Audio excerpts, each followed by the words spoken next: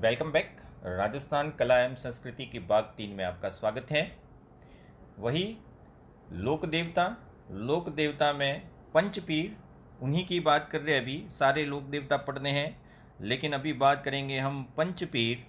तो पंचपीर में हम 2 पंचपीरों की व्याख्या कर चुके हैं।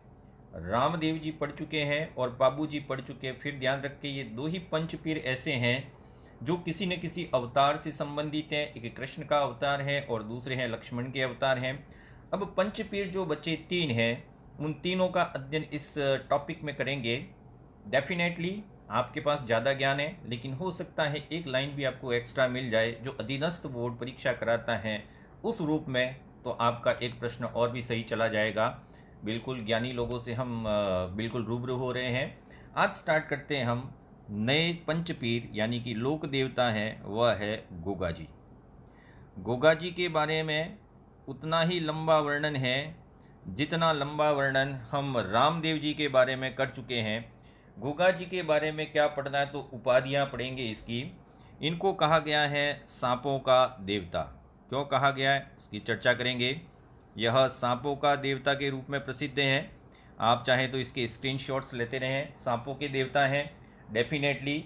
और दूसरा है इनके थान है, यानी कि जो स्थान है, थान, वह हमेशा खेजड़ी वृक्ष के नीचे पाए जाते हैं। और कहते हैं गांव गांव खेजड़ी और गांव गांव गोगा जी। तो खेजड़ी वृक्ष के नीचे इनके थान पाए जाते हैं। खेजड़ी वृक्ष हम पढ़ा चुके हैं, आपको पूरा वर्णन। अब बात करें गोगा जी कौन से वंश से संबंधित थे, तो गोगा जी का संबंध था चौहान वंश से। बिल्कुल आपको याद रखना है, गोगा जी चौहान वंशीय लोक देवता थे। जितने भी लोक देवता उनके वंश हमने आपको पढ़ाए हैं, तो ये चौहान वंशीय थे। और इनके जन्म की बात करें तो इनका जन्म हुआ था, तारीख यानी कि सन आपको याद रखना है 946 946 ईस्वी। अर्थात ये सबसे पुराने लोक देवता के रूप में जाने जाते हैं। और इनका जन्म हुआ था ददरेवा। और ये ददरेवा कहाँ आता है, चुरू में आता है। ठीक है, तो जन्म 946 ईस्वी ददरेवा चुरू में हुआ था। अब बात करें इनके खानदान की, अर्थात इनके परिवार की, तो हर लोक देवता के माता पिता, पत्नी और गुरु की बात कर ही रहे हैं। तो सबसे पहले हम इनके पिताश्री की बात करें। पिता कौन थे, इनकी माता कौन थी, अगर शादी की है तो इनकी पत्नी कौन थी, और अगर किन्हीं से दीक्षा ली है तो इनके गुरु कौन थे। तो पिता का नाम आते ही इनके पिता थे जयवर सिंह चौहान। जयवर सिंह चौहान, वैसे ये जवर सिंह है, लेकिन कोई बात नहीं, ये जयवर सिंह चौहान कह सकते हैं। माता का नाम था बाछल देवी। माता का नाम था बाछल देवी। और इनकी पत्नी का नाम था कैलम दे। अधिकतर कमल दे भी आता है, लेकिन आपको ये कैलम दे है वो थोड़ा सा याद रखना है। और कैलम दे थी, यह कौन से गांव की थी, तो इसका संबंध है कोलूमंड गांव से। कोलूमंड गांव आप पढ़ चुके हैं। कोलूमंड गांव बाबा रामदेव से संबंधित है। अर्थात जो गोगा जी की पत्नी थी वह कहीं न कहीं बाबा रामदेव के पूर्वजों से संबंधित थी, उन परिवार से संबंधित थी। इतना प्रश्न आपको डीप में नहीं जाना है। और गुरु कौन थे, तो इनके गुरु थे गोरखनाथ। कहते हैं कि जेवर सिंह और बाछल देवी की कोई संतान नहीं थी, तो ये इनके पिता थे वो गोरखनाथ के पास गए थे और इनको एक फल दिया था, गूगल। ये गूगल है वो फल है भाई, आपका गूगल सर्च नहीं है। इस गूगल फल के माध्यम से ही गोगा जी का जन्म हुआ था। तो गूगल के नाम से गोगा जी नहीं पड़ा, ये भी ध्यान रखें। तो इतना आपको याद रखना है। अब कहते हैं कि इनकी जब शादी हुई कैलम दे के साथ, और शादी करके घर की तरफ आ ही रहे थे, और घर के बाहर ही खड़े थे ये, इतने में एक सांप आया और इसकी पत्नी को काट लिया। सांप ने कैलम दे को काट लिया और कैलम दे की मृत्यु हो गई। अर्थात घर में प्रवेश ही नहीं किया था, तो सांप के काटने से कैलम दे की मृत्यु हो गई शादी के दिन ही, जब घर प्रवेश कर रहे थे। तो गोगा जी को बहुत गुस्सा आया और उन्होंने एक यज्ञ करना शुरू किया, और इस यज्ञ में जितने भी सांप थे वो सांप आते रहे और उसमें मरते रहे। और कहते हैं कि नाग देवता प्रकट हुए और उन्होंने कहा कि भाई क्या कर रहे हो गोगा जी, ऐसे तो आप संपूर्ण पृथ्वी का इकोसिस्टम ही बिगाड़ दोगे। तो गोगा जी ने कहा कि एक सांप ने आकर मेरी पत्नी को काट लिया। तब नाग देवता ने वचन दिया था कि सांप का काटा हुआ कोई भी व्यक्ति वो आपके पास आएगा तो आप उनको जीवन दान दे सकते हैं। तो ये तब से सांपों के देवता के रूप में विख्यात हो गए। तो ये थोड़ा सा आपको याद रखना है। ये कहानी है, कहानियाँ पूछी नहीं जाती है, लेकिन कहानी के माध्यम से आपको एक उपमा याद हो जाएगी, वह है सांपों के देवता। नेक्स्ट बात करें, इनका प्रमुख काम क्या था। तो प्रमुख काम की स्टार्ट करें तो एक नाम आता है महमूद गजनवी। महमूद गजनवी, ये महमूद गजनवी है, वह गजनी का शासक था। और कहते हैं कि इसने भारत पर 17 बार आक्रमण किया था, अर्थात इसने एक प्रण लिया था कि मैं प्रति वर्ष एक आक्रमण करूंगा, प्रति वर्ष भारत पर एक आक्रमण करना, और इसका काम था भारत को लूटना। तब भारत है वो स्वर्ण की चिड़िया मानी जा सकती थी। तो कहते हैं कि जब सोमनाथ का आक्रमण हुआ, सोमनाथ, देखिए दो कहानियां हैं। सोमनाथ का आक्रमण हुआ तो सोमनाथ के आक्रमण के समय, ये प्रसिद्ध आक्रमण था, इतना सोना मिला इस महमूद गजनवी को कि इस सोने को ले जाने के लिए उसके पास घोड़े वो सब कम पड़ गए। तो जब ये पश्चिमी राजस्थान से गुजर रहे थे तो इन्होंने गोगा जी की गायों को चुरा लिया। गोगा जी की जो गायें थी, इन गायों को चुरा लिया। और जब गायों को चुरा लिया तो गोगा जी ने अपनी गायों को मुक्त करना चाहा। तो लोक देवता जितने भी है, गायों से उनका संबंध रहा ही है। अब एक कहानी तो ये है कि सोमनाथ आक्रमण के समय सोने को ले जाने के लिए पशुओं की आवश्यकता थी। तो रास्ते में गाय मिली गोगा जी की, उनको ही किडनैप कर लिया, अपहरण कर लिया और ले जाने लगे। तब गोगा जी को पता चला और एक युद्ध हुआ, ऐसा कह सकते हैं। दूसरा वर्णन आता है, वो समझे इंपॉर्टेंट। इस महमूद गजनवी के साथ युद्ध का वर्णन मिलता है। एक आपने ग्रंथ पढ़ा होगा वंश भास्कर, बहुत इंपॉर्टेंट प्रश्न है ये, वंश भास्कर। और वंश भास्कर ग्रंथ किसने लिखा था? सूर्यमल्ल मिश्रण ने। सूर्यमल्ल मिश्रण ने, ये मिश्रण है कि मिशन है, जो भी है आपको याद रखना है। इनके द्वारा एक ग्रंथ लिखा गया था। इस ग्रंथ में ये कहा गया है कि युद्ध तो गजनवी से हुआ, लेकिन इसका कारण बताया गया है कि इनके भाई थे चचेरे, अर्जुन और सुरजन। ये दोनों ही आपको याद रखने हैं, अर्जुन और सुरजन। ये दोनों भाई है, वह कहीं न कहीं गोगा जी से इनका विवाद था। तो इन गायों को चुरा ले गए और ये गाय किसको दे दी इन्होंने? महमूद गजनवी को दे दी। अब दोनों ही कहानियाँ अलग अलग हैं। अब परीक्षा में आपके कहानी नहीं पूछी जाएगी दोस्तों कि कौन सी कहानी से गोगा जी की गाय चुरा के ले जाई गई। हो सकता है एक प्रश्न पूछ ले कि महमूद गजनवी से युद्ध का जो वर्णन है वह कौन से ग्रंथ में मिलता है? सूर्यमल मिश्रण के वंश भास्कर में मिलता है। अब कहते हैं कि महमूद गजनवी से इन्होंने गायों को छुड़ाने के लिए 9 बार युद्ध किया। कितनी बार युद्ध किया? 9 बार युद्ध किया। और ये प्रश्न पूछा जा चुका है कि गोगा जी ने मुसलमानों से कितनी बार युद्ध किया। तो ये मुसलमान ही था महमूद गजनवी। तो मुसलमानों से कितनी बार युद्ध किया? 9 बार युद्ध किया। और इस युद्ध में लड़ते लड़ते लड़ते लड़ते, अशोक जी ने ये कहानी आपको ज़रूर सुनाई होगी कि लड़ते लड़ते लड़ते इनका सिर कट गया और जो धड़ है वो अलग रह गया। ठीक है, सिर और धड़, मतलब सिर कट गया और धड़ अलग रह गया। अब इस धड़ से भी लड़ते रहे, वह धड़ से लड़ते रहे, दोनों हाथों में तलवार है। तब महमूद गजनवी ने कहा कि भाई ये तो बहुत कोई बड़े वीर है, ऐसी वीरता मैंने आज तक नहीं देखी।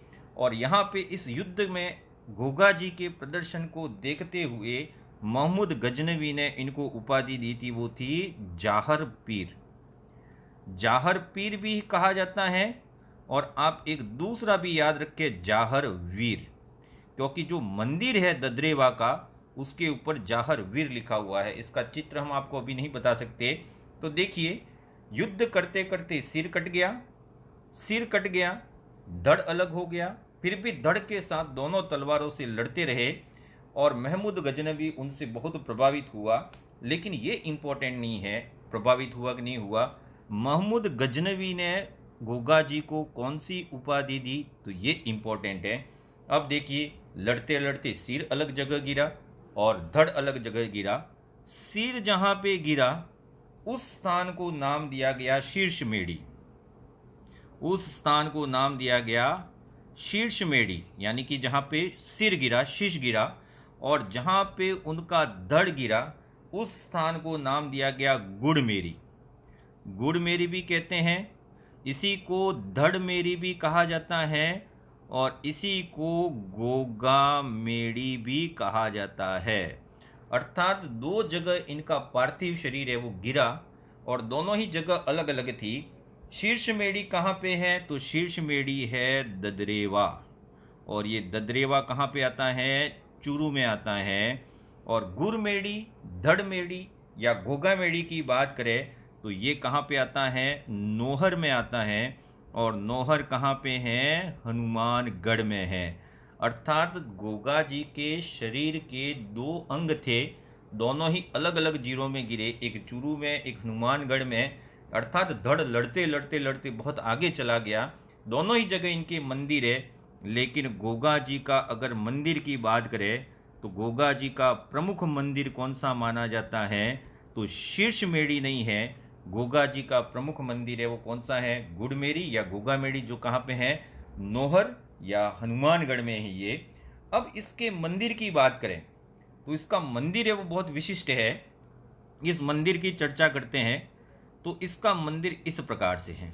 अधिकतर मंदिर आपने देखे होंगे, लेकिन ये मंदिर है वो लगभग इस प्रकार से है। अब मैं कह नहीं रहा हूँ, मैंने फोटो देखा है कि मैं कोई झाके नहीं आया, इस प्रकार से है, इस प्रकार से है। अर्थात इसका तात्पर्य क्या हुआ वो समझ ले। मंदिर है वह गोगा मेढ़ी वाला है, ये गोगा मेढ़ी की बात कर रहे हैं, गोगा मेढ़ी। गोगा मेढ़ी के मंदिर की क्या विशेषताएं है, हो सकता है इसमें से भी प्रश्न आ जाए, तो एक एक विशेषताओं की बात करेंगे।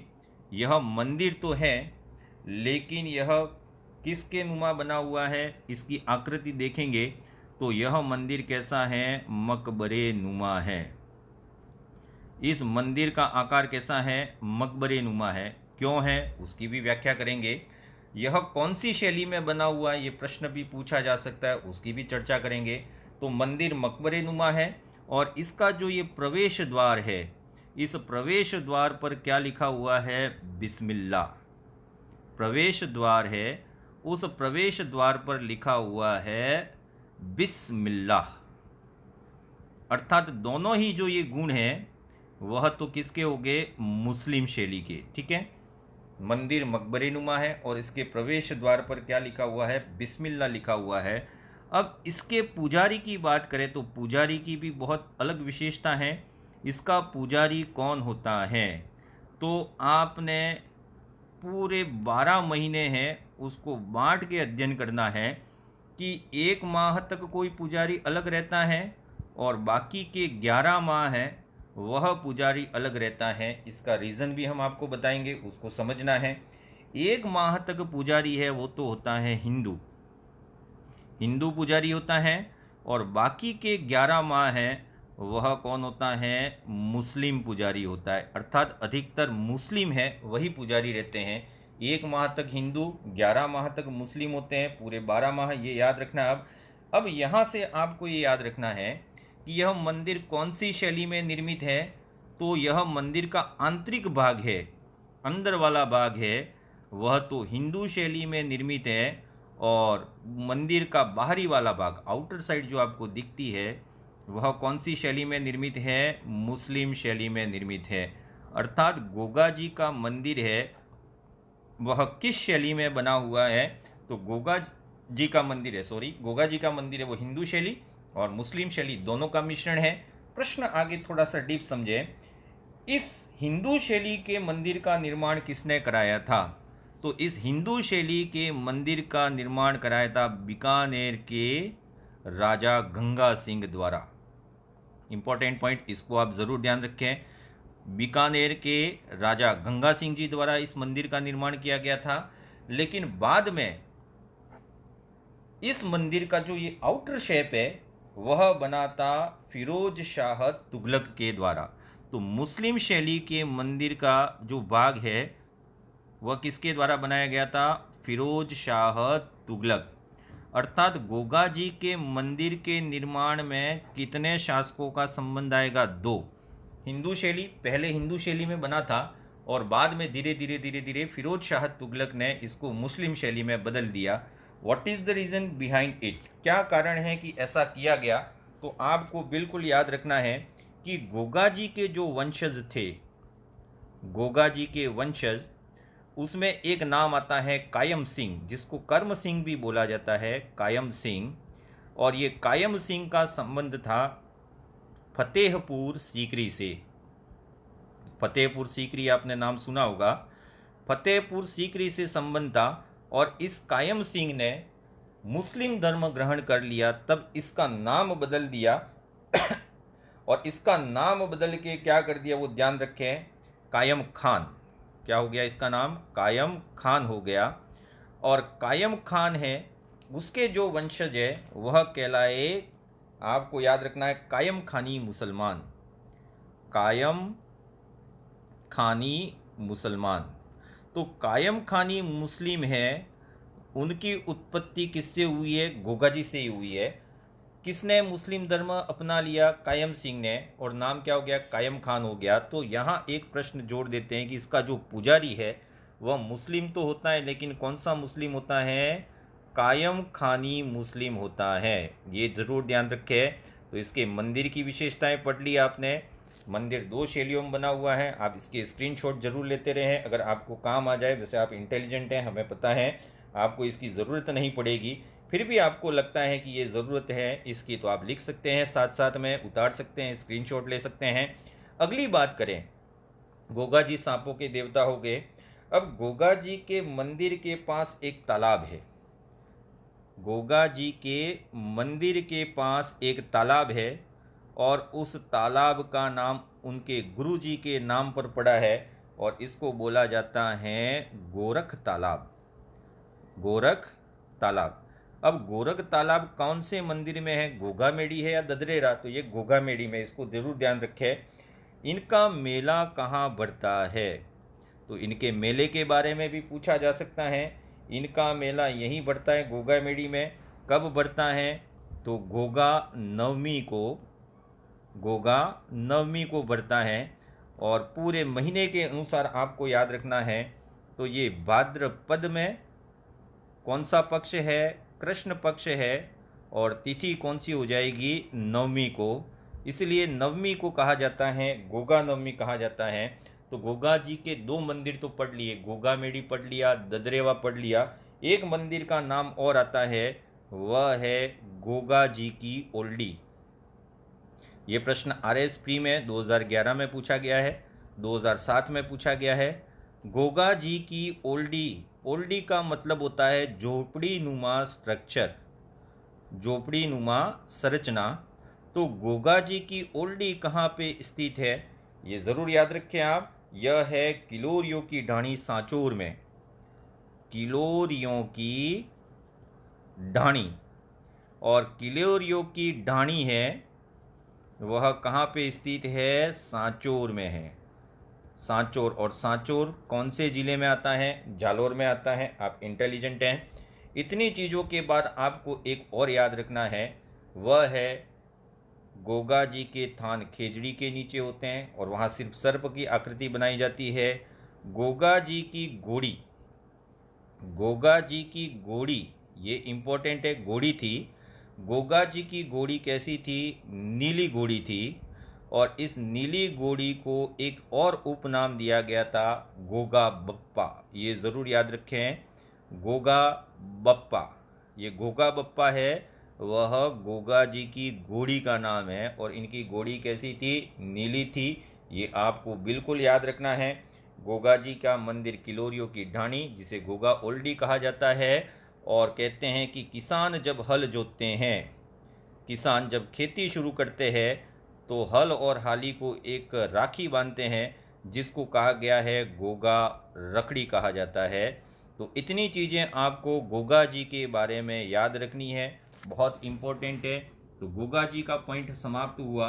अब हम अगले दो लोक देवता जो पंचपीर की श्रेणी में आते हैं उनका अध्ययन करेंगे। इनका अध्ययन करने के लिए हम स्टार्ट करेंगे अब हड़बू जी। हड़बू जी कहते हैं ये तो बहुत सिंपलेस्ट व्यक्ति थे। इन्होंने जीवन भर गायों की सेवा की, लेकिन हड़बू जी के संबंध में आपको गाय ही याद नहीं रखना है। सबसे पहला तो याद रखना है यह राव जोधा के समकक्ष थे। राव जोधा के समकक्ष। देखिए कभी कभी ये पूछा जाता है, आपको हिस्ट्री और आर्ट एंड कल्चर है वो दोनों मिला देना है। राव जोधा के समकक्ष थे। हिस्ट्री मुझे इतनी नहीं आती है, फिर भी मेरे को राव जोधा का जो शासनकाल है वो लगभग याद है, लगभग बोल रहा हूँ, आप कंफर्म कर ले। राव जोधा का कार्यकाल था 1438 से लगाकर 1489 के लगभग रहा था ये। तो हड़बू जी है वह राव जोधा के समकक्ष थे।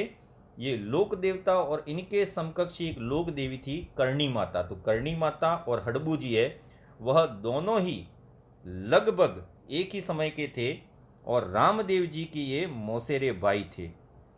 रामदेव जी के मौसेरे भाई थे। अब इसमें एक प्रश्न और इम्पोर्टेंट जोड़ देते हैं। रामदेव जी का एक ग्रंथ आपने सुना होगा, 24 बाणियाँ। 24 बाणियाँ जो ग्रंथ है, उस ग्रंथ में राजस्थान के किस लोक देवता का उल्लेख मिलता है? ये सबसे इम्पोर्टेंट प्रश्न है मेरी दृष्टि में, कि राजस्थान के किस लोक देवता का उल्लेख है। वह रामदेव जी ने अपने ग्रंथ 24 बाणियाँ में किया है। तो वह कौन से हो जाएंगे? हड़बू जी, क्योंकि यह उनके भाई थे, मौसेरे भाई थे, मौसी के लड़के थे। ये आपको ज़रूर याद रखना है। अब ये तो हो गया। अब इनके पिता कौन थे? तो इनका पिता का नाम आपको याद रखना है मेहाजी सांखला। मेहाजी मांगलिया नहीं है भाई, मेहाजी सांखला। तो हड़बू जी कौन से वंश से संबंधित थे? सांखला वंश से, लेकिन उस पर भी चर्चा करेंगे हम। ये सांखला थे या फिर आपको इसके और दूसरे वंश की बात करें तो वो भी करेंगे, गोत्र की। पिता मेहाजी सांखला थे। इनका जन्म कहाँ हुआ था? तो हड़बू जी का जन्म हुआ था वह है मुंडोल गांव। मुंडोल, और मुंडोल गांव कहाँ पे आता है? नागौर में आता है।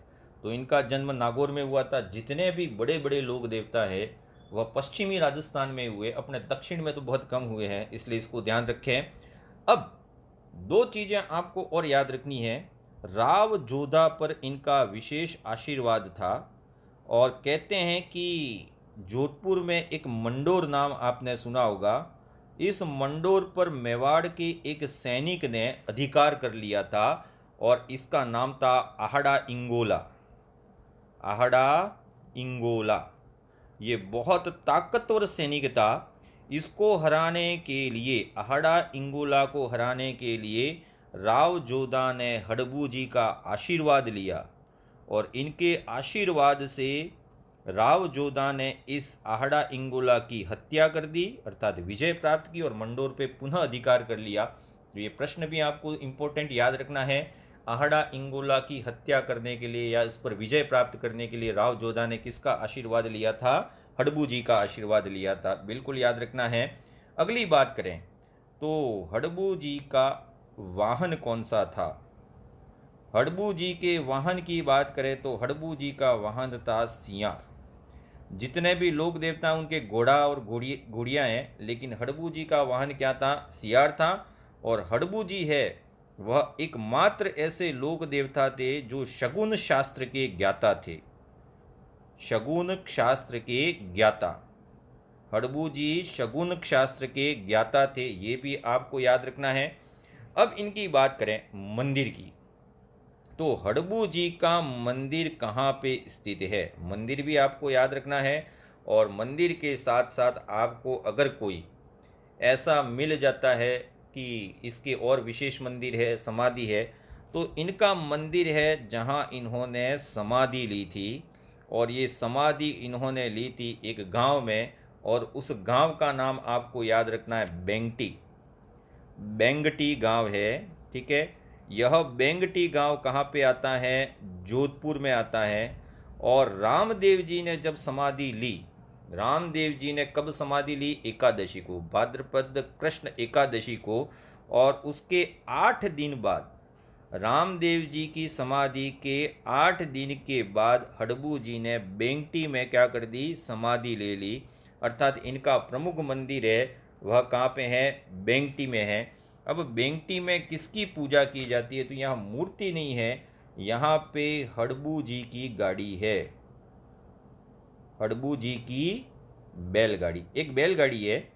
ये प्रश्न आपको वैसे ही याद है, हडबू जी की बैलगाड़ी। और कहते हैं कि जो पंगु गायें थी, जीवन पर उन गायों को हरा चारा खिलाने के लिए उन्होंने इस गाड़ी का इस्तेमाल किया था। यह हडबू जी की गाड़ी, बैलगाड़ी है, वो हडबू जी की गाड़ी कहलाती है।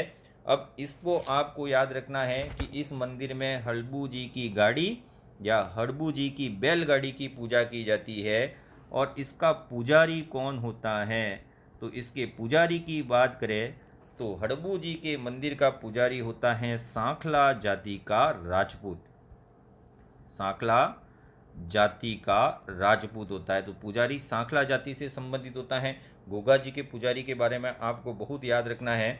और एक बात और है कि इस मंदिर का निर्माण किसने करवाया? इंपॉर्टेंट प्रश्न हो सकता है। हडबू जी के मंदिर का निर्माण कराने का श्रेय किसको है? तो अजीत सिंह राठौड़ ने करवाया था। अजीत सिंह राठौड़। और अजीत सिंह राठौड़ के बारे में आप ज़रूर जानते होंगे। अजीत सिंह राठौड़ का पुत्र कौन था? ये आपको याद रखना है। इसका पुत्र था बख्त सिंह राठौड़। पुत्र अजीत सिंह राठौड़ का पुत्र कौन था? बख्त सिंह राठौड़। आपको मंदिर किसने निर्मित कराया वो याद होना चाहिए, अजीत सिंह राठौड़ ने। लेकिन ये एक जनरल कंसेप्ट है। इसका पुत्र था बख्त सिंह राठौड़, जिसने अजीत सिंह की हत्या कर दी थी, अर्थात अपने पिता की ही हत्या कर दी थी। इसलिए बख्त सिंह को क्या कहा जाता है? मारवाड़ का दूसरा पितृहंता। मारवाड़ का दूसरा पितृहंता भी कहा जाता है। अब पहला पितृहंता कौन है? आपके दिमाग में चल ही रहा होगा, इसको ज़रूर याद रखें। और बेंगटी कहाँ पे आता है? जोधपुर में आता है, फलोदी तहसील में आता है। बैलगाड़ी याद रखनी है। और 24 वाणियों में एकमात्र लोक देवता जिसका वर्णन किया गया है वो कौन से हैं? हडबू जी है। पंचपीर में लास्ट आता है मेहाजी मांगलिया। मेहाजी मांगलिया। इसके बाद और भी लोक देवता बचे हैं, लेकिन मेहाजी मांगलिया आज का लास्ट है। ये आपका पॉइंट समाप्त हो जाएगा। मेहाजी मांगलिया के बारे में बात करें तो यह राव चूड़ा के समकक्ष थे। राव चूड़ा के समकक्ष थे। अब राव चूड़ा के समकक्ष थे तो राव चूड़ा का भी लगभग मेरे को कार्यकाल याद है। आपको पूरा याद है, मेरे को लगभग ही याद रहता है। हिस्ट्री थोड़ा सा अजीब विषय है। इनका कार्यकाल रहा था 1384 से 1384 से लगाकर 1423 तक रहा था। ठीक है, तो मेहाजी मांगलिया लगभग इससे ही संबंधित थे। और ये मेहाजी मांगलिया है वह मांगलिया जाति के या मांगलिया राजपूत के इष्ट देव भी कहलाते हैं। मेहाजी का गोत्र क्या था? तो मेहाजी के गोत्र यानी कि ये किस वंश से संबंधित थे? यह क्या मांगलिया थे या फिर ये सांखला थे? तो इनके पिता का नाम आपको बिल्कुल याद है। इनके पिता थे गोपाल राज सांखला। गोपाल राज सांखला। और गोपाल राज सांखला मतलब अपने ददिहाल के हिसाब से यह कौन सा गोत्र था? इनका सांखला था। लेकिन कर्नल जेम्स टोड ने भी इन पर अध्ययन किया था, मेहाजी मांगलिया पर, और इन्होंने कहा था कि इनका पालन पोषण है वह ननिहाल में हुआ था। पालन पोषण है वह ननिहाल में हुआ था। और ननिहाल वाले सब कैसे थे? मांगलिया थे। इसलिए इन्होंने किस गोत्र को अपनाया? मांगलिया। तो ये ननिहाल की तरफ से हैं। और ये वर्णन किसने किया है? कर्नल जेम्स टॉड के द्वारा। ठीक है, जेम्स टॉड बहुत बड़े इतिहासकार थे, सबका वर्णन कर डाला इन्होंने। अब इनका मेला कब बढ़ता है और इनकी हत्या कैसे हुई, अर्थात पहले तो बताएंगे गोरक्षा। इनका संबंध भी गोरक्षा से है और गोरक्षा के लिए इन्होंने जैसलमेर के राणंगदेव भाटी, जैसलमेर और जैसलमेर के राणंगदेव भाटी, इस राणंगदेव भाटी से युद्ध किया और युद्ध में यह वीर गति को प्राप्त हुए। ठीक है, तो मेहाजी भी गोरक्षा के लिए अपने प्राण त्याग दिए। किससे युद्ध करते हुए? जैसलमेर के राणंगदेव भाटी से युद्ध किया और इनका घोड़ा था। ठीक है ना, इनका वाहन क्या था? घोड़ा था। और इस घोड़े का नाम आपको याद रखना है किरण काबरा। किरण काबरा, ये आपको ज़रूर याद रखना है, किरण काबरा। ठीक है, तो ये घोड़े का नाम था इनका। अब इनका मेला कब बढ़ता है और इनका मंदिर कहाँ है? तो मेला बढ़ता है इनका, एक मंदिर है बापणी गांव। बापणी गांव, बापणी गांव कहाँ पे आता है? जोधपुर में। तो लोक देवता तो जोधपुर की ही निशानी है, उनका किस्मत बहुत अच्छा है कि सारे लोक देवता है वो वहीं की जननी है। इनका मेला है वह बापणी गांव में बढ़ता है। और कब बढ़ता है? तो भाद्रपद कृष्ण पक्ष की अष्टमी को, यानी कि जन्माष्टमी के दिन, भाद्रपद माह की कृष्ण पक्ष की अष्टमी को ही बढ़ता है। अब यहाँ पे आपको एक चीज़ याद रखनी है, इसको क्या कहा जाता है? मेहा अष्टमी। गोगा नवमी है, वैसे यहाँ पे इसको बोला जाता है मेहा अष्टमी के नाम से जाना जाता है। अब इस मेहा अष्टमी का संबंध, अब पुजारी की बात करें, इस मंदिर के पुजारी की बात करें तो देखिए मंदिर का नाम क्या है? बापणी। अब बापणी से एक चीज़ आपको याद रखनी है कि जो भी मेहा जी के मंदिर का पुजारी होता है वो कभी बाप नहीं बनता, अर्थात इसके कभी पुत्र नहीं होता, संतान जन्म नहीं लेती है। ठीक है ना, मतलब इसका वंश कभी आगे नहीं बढ़ता है, ये ध्यान रखें। तो फिर वंश आगे कैसे बढ़ाया जाए? तो यह लोग क्या करते हैं? गोद लेने का काम करते हैं, गोद लेकर वंश को आगे बढ़ाने का काम करते हैं। तो ये प्रश्न भी आपके लिए इम्पोर्टेंट है कि किस देवता, लोक देवता के मंदिर के पुजारी है वह गोद लेकर अपने वंश को आगे बढ़ाते हैं, या जिनमें संतान उत्पत्ति नहीं होती है, तो वो होती है मेहाजी मांगलिया की पुजारी। तो आपको बिल्कुल ये याद रखना है। यहीं पे हमने पंचपीर को समाप्त किया है, पंचपीर को समाप्त किया। ऐसे पंचपीर जो लोक देवता भी है और पीर भी है। अब हम आगे अध्ययन करेंगे राजस्थान के लोक देवता, जो पंचपीर की श्रेणी में नहीं आते, लोक देवता और लोक देविया। ये टॉपिक बहुत आगे तक चलेगा। आज तीसरा भाग था, तीसरे भाग को ख़त्म करते हैं। लगभग 6 भाग में हम इसको समाप्त करेंगे। आप इसके अध्ययन के लिए क्या कर सकते हैं? तो देखें, आप एक प्रकार से एक सारणी बनाएं। सारणी बना के आपको करना है ना, हम तो नहीं कर रहे हैं, इतना टाइम नहीं है, लेकिन आप लोक देवता का नाम लिखिए, उनके वाहन का नाम लिखिए, उनका मेला कब बढ़ता है ये लिखिए, और टाइम बच जाए तो उनके पिता का नाम, माता का नाम, और संभव हो सके तो पत्नी का नाम। ये तीनों ही सारणी बना के आपको एक शॉर्टकट में तैयार रखना है। एक सारणी बनाने से आपको बहुत सारी चीज़ें याद हो जाएंगी पंचपीरों के बारे में। ठीक है ना, पंचपीरों के जितने भी ऐसी डिटेल्स हैं हम कोशिश करेंगे एज अ PDF इसको टेलीग्राम पे डालने की।